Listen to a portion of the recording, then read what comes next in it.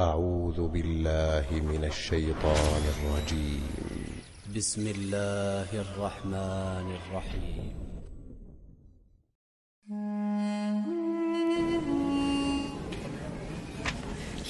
امروز به نزد من یک زن پیری آمد و پرسید: به من گوید یک چیز مهم را. من گفتم گوش دارم. نمیدانم چرا سوالهای خیلی مشکل میدهند که حتی جواب داده نمیتوانم.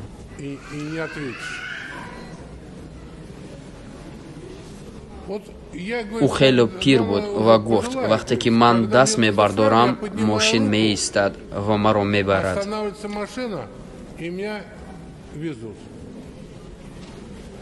اگر راننده مسلمان باشد او از من حتی پول نمیگیرد. میگوید فرزند از مادر پول نمیگیرد، باز همه وقتی که او نماز خانه رفته ایستاده است. نه همه وقتی که راننده روز پسر باشد میگوید این کاری من است و پول میگیرد. من گفتم در سوال جوابی هست. جواب من همین است: مسلمان پسر میداند که چی کار با خدا نزدیک است، اما روز پسر نه در او رحم است نه نیکی نه کرداری خوب دیده می شود.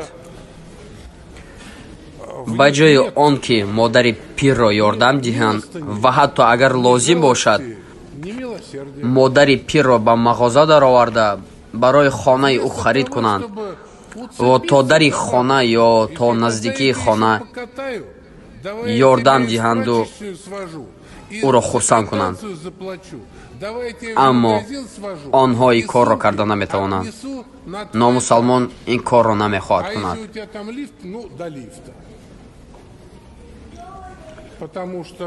این کارها خیلی با خدا نزدیک است.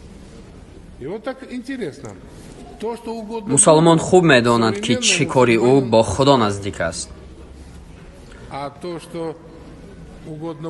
اما چیزی که خوب است برای خدا نامسلمان این را نمیداند. اکنون به من گوید کی از اینها با خدا نزدیک است؟ از قفای آنها در روی زمین همه حرکت میکنند، برای آن که برای نامسلمان اینها لازم نیست. مسلمان هم گرم هستند هم روزه میگیرند. در روز عید هزارها سجده بر خدا میکنند. در یگان جا نامسلمان این کار را کرده نمیتواند.